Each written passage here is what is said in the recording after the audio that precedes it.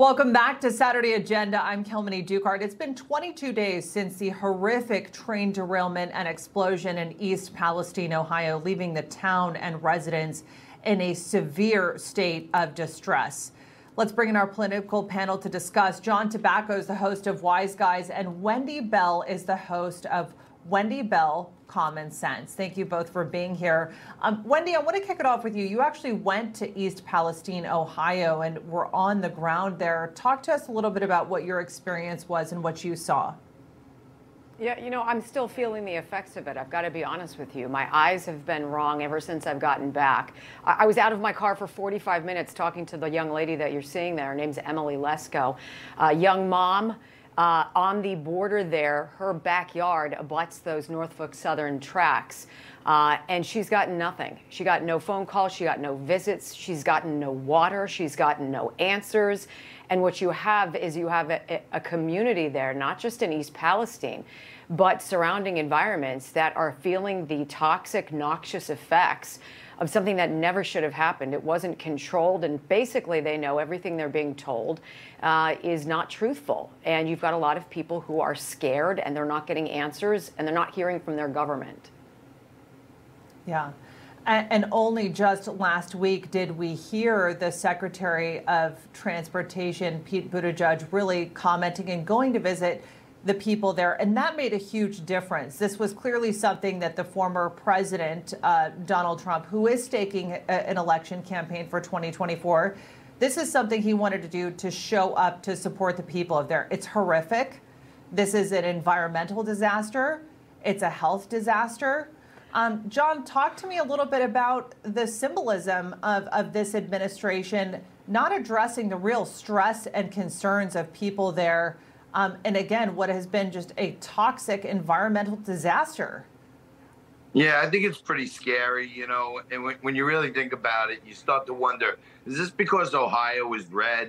Is this because this town is red? If you look at it, you know, Mayor Pete could stop off at Party City like I did and make it look good 3 weeks later, but Washington, D.C. is 300 miles from Ohio, and there should have been a massive response. And, you know, a lot of times when there's incidents in cities and states, mayors and governors, they show up right away. I think some of that is kind of PR, but this is a real tragedy, just a real disaster. The president should have been there. Buttigieg should have been there way before then. And if you ask me, Donald Trump has these kind of instincts. He rounded up all the Trump water he can get his hands on. As Wendy said, people there are even afraid to drink the water. He brought them water. He bought people Whoppers. And, you know, being in New York City on 9/11, I can tell you, Christy Todd Whitman and others came out and said, you guys are safe. The air is good.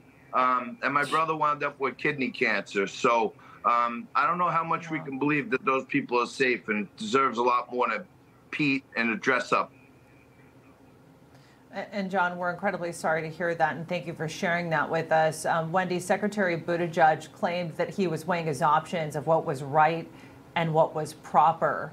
What is your reaction to that comment? I think we have to stop listening to these people because they're not here for us. What you're going to see on the floor, on the ground level in Ohio and Pennsylvania is what you see in the heartbeat of America all across the country. It is people helping people, realizing that their government is never here to help. And so I wish Pete hadn't gone, quite frankly, because I don't think it moved the needle. He just talked about the same talking points that you see Karine Jean-Pierre leaf through in her binder when she addresses the media.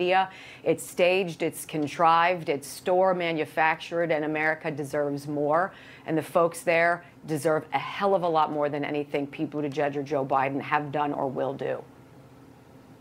John, wasn't there a bipartisan infrastructure bill that was passed to help deal with issues like this, America's ailing infrastructure, which has been a problem that we've been talking about for decades now? Well, look, depending on where you come down on the economy, being supply side or demand side, we need the trains to be on the tracks. If we're going to ever come out of this inflation, we need to get the supply chain back down. And yes, Democrats and Republicans alike said we need good, safe bridges. We need good, safe roads. We need good, safe railways.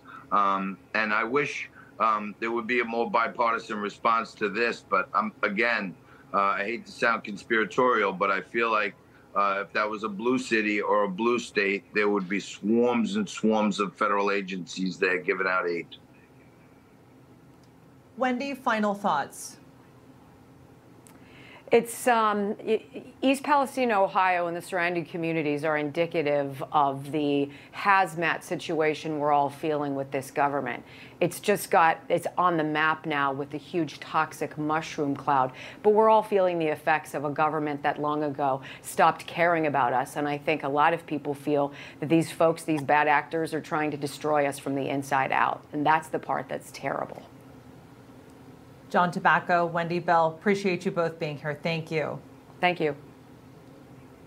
And if you want to hear more of Wendy's great commentary, be sure to catch her every Saturday right here on Newsmax. Wendy Bell Common Sense starts at 4:30 p.m. Eastern.